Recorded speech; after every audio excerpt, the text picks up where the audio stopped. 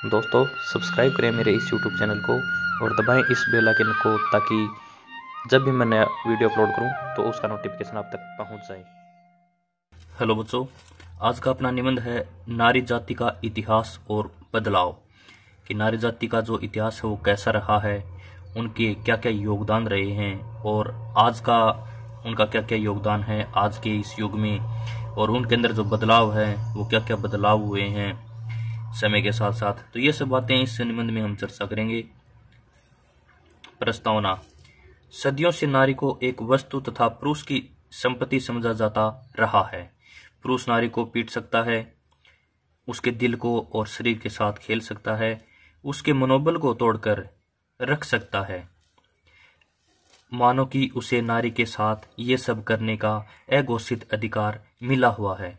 मगर यह भी सच है कि विपरीत और कठिन परिस्थितियों का डटकर सामना करते हुए उन पर विजय प्राप्त की और इतिहास में अपना नाम अमर कर दिया। तो बच्चों, आपके लिए ये निबंध एक प्रकार से नया निबंध है, क्योंकि अन्य किसी यूट्यूब चैनल पर आपको ये ऐसा निबंध नहीं मिलेगा। तो चैनल में पहली बार आए हैं तो चैनल को सब्सक्राइब कर लें ताकि अच्छे से अच्छे निबंध आपको इस चैनल पर मैं प्रोवाइड करता रहूं और आपको मिलते रहें। अब हम नारी जाति का इतिहास व उनमें देखे गए बदलाव, यानी जो नारी जाति का इतिहास है वो कैसा रहा है और उसके अंदर क्या क्या बदलाव देखे गए हैं, उनकी चर्चा करेंगे। वैदिक काल।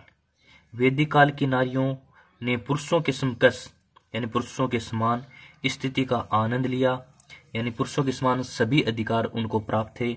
वैदिक काल की महिलाएं शिक्षित होती थी, उनका विवाह परिपक्वता के वे में ही होता था, यानी उनका जो विवाह है वो जो वर्तमान की जो आयु है जिसके अंदर 18 वर्ष निर्धारित की गई है, तो वे की यानी जो वयस्क हो जाती थी तब उनका विवाह होता था तथा उन्हें अपने वर को चुनने की आज़ादी होती थी, यानी वो अपना वर स्वयं चुन सकती थी, ये भी उनको आज़ादी थी।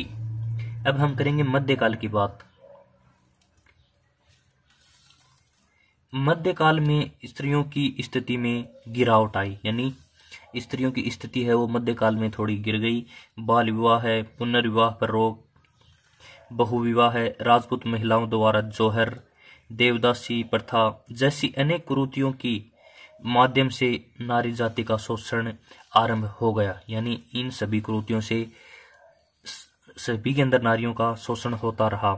इसके बावजूद अनेक नारियों ने संघर्ष करते हुए राजनीति, साहित्य और शिक्षा और धर्म के क्षेत्र में विशिष्ट उपलब्धियां अर्जित कर सम्मान पाया, जैसे रजिया सुल्तान, गोडरानी दुर्गावती, रानी नूरजहां, शिवाजी की माता जीजाबाई जैसी महिलाओं ने राजनीति, और मीराबाई ने भक्ति रस की धारा बहाई, और मीराबाई ने धार्मिक क्षेत्र में यानी धर्म के क्षेत्र में भक्ति रस की क्या है धारा बहाई।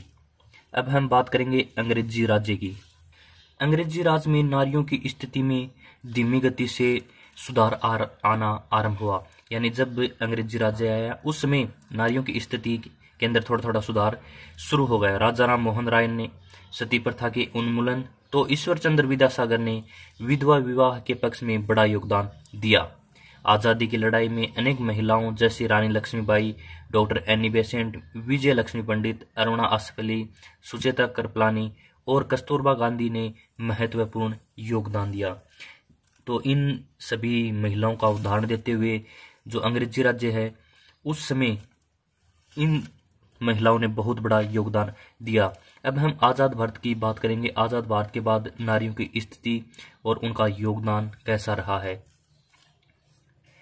आज़ादी के बाद सन 1950 में जब देश को संविधान मिला तो उसमें स्त्रियों की सुरक्षा, सम्मान और पुरुषों के समान अवसर व अधिकार मिले, किंतु अशिक्षा, पुरातनवादी सोच तथा कमजोर सामाजिक ढांचे के कारण नारी जाति उन अवसरों और अधिकारों का पूर्ण रूप से लाभ न उठा पाई। यानी जब भारत आज़ाद हुआ था उस समय की बात ये हम कर रहे हैं, उस समय नारियों की स्थिति में ज़्यादा कुछ प्रभाव नहीं हुआ, ज़्यादा उनके अंदर लाभ हैं उनको नहीं मिले और अवसर नहीं मिले।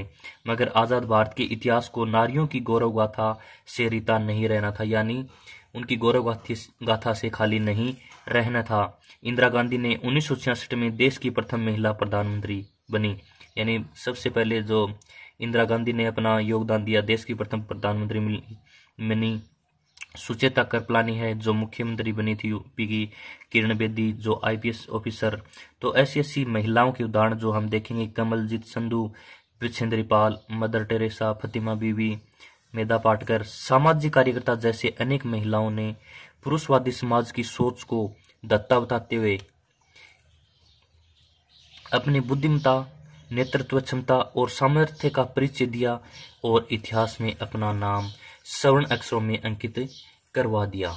यानी इन सभी महिलाओं ने भी अपने बहुत बड़ा योगदान है वो आज़ाद भारत के बाद में अपना योगदान दिया है। अब हम बदलाव की बयार। स्वतंत्रता की रजत जयंती के बाद का समय विकास का स्वर्ग साबित हुआ। देश में कंप्यूटर तथा अन्य टेक्नोलॉजी के विकास, टीवी युग का प्रादुर्भाव, आधारभूत संरचना के साथ बड़े उद्योगों की स्थापना ने देश के विकास के कीर्तिमानों की नई इबारत लिख दी। आज नारियों पुरुषों से किन्हीं भी मायनों में कम नहीं है और घर की चार दीवारी में कैद नहीं है। वे उच्च शिक्षित हैं, डॉक्टर, इंजीनियर, वैज्ञानिक व अंतरिक्ष यात्री हैं तथा हर तरह के उच्चतम पदों पर भी आसीन हैं। उनकी सुरक्षा एवं हित की रक्षा के लिए संविधान में लगभग 34 एक्ट प्रभावी हैं। नारियों ने साबित कर दिया है कि वे पुरुषों के समकक्ष ही नहीं बल्कि उनसे बेहतर भी हैं। अगला अपना टॉपिक है आने वाले समय में नारी कितना बदले और क्यों। कि आने वाले समय में नारी को कितना बदलने की जरूरत है और क्यों जरूरत है वो हम बात करेंगे। समाज की कुछ उच्च शिक्षित नारियां और अनेक संगठन शायद यह समझते हैं कि मनचाहे कम वस्त्र पहनना, रोक टोक रहित मुक्त जीवन जीना, मुक्त सेक्स की राह पर चलना ही वांछित बदलाव है। इस बदलाव का उनके पास कोई तर्कयुक्त जवाब उनके पास नहीं है। यानी उनके पास कोई भी तर्कयुक्त जवाब नहीं है, क्योंकि ये एक प्रकार से नारियों के लिए अपमान और उनको हेय दृष्टि से देखने की एक प्रकार से ये क्या है, लोगों में सोच पैदा करती है। तो उनके लिए ये अच्छी बात नहीं है। घर की हर जिम्मेदारी को निभाकर वह अपने पति की धुरी और खुशहाल घर की नींव बनकर दिखाती है। ऐसे खुशहाल घरों से ही देश ताकतवर बनता है। नारी को यह भी सुनिश्चित करना होगा कि उसे घर में उतना ही सम्मान मिले जितना कि घर का पुरुष घर के बाहर काम करके अर्जित करता है। यानी घर का पुरुष बाहर जाकर काम करता है और उसको जितना सम्मान मिलता है उतना ही सम्मान एक नारी को घर के अंदर रहकर कार्य करके मिले। अब हम उपन्यास करेंगे।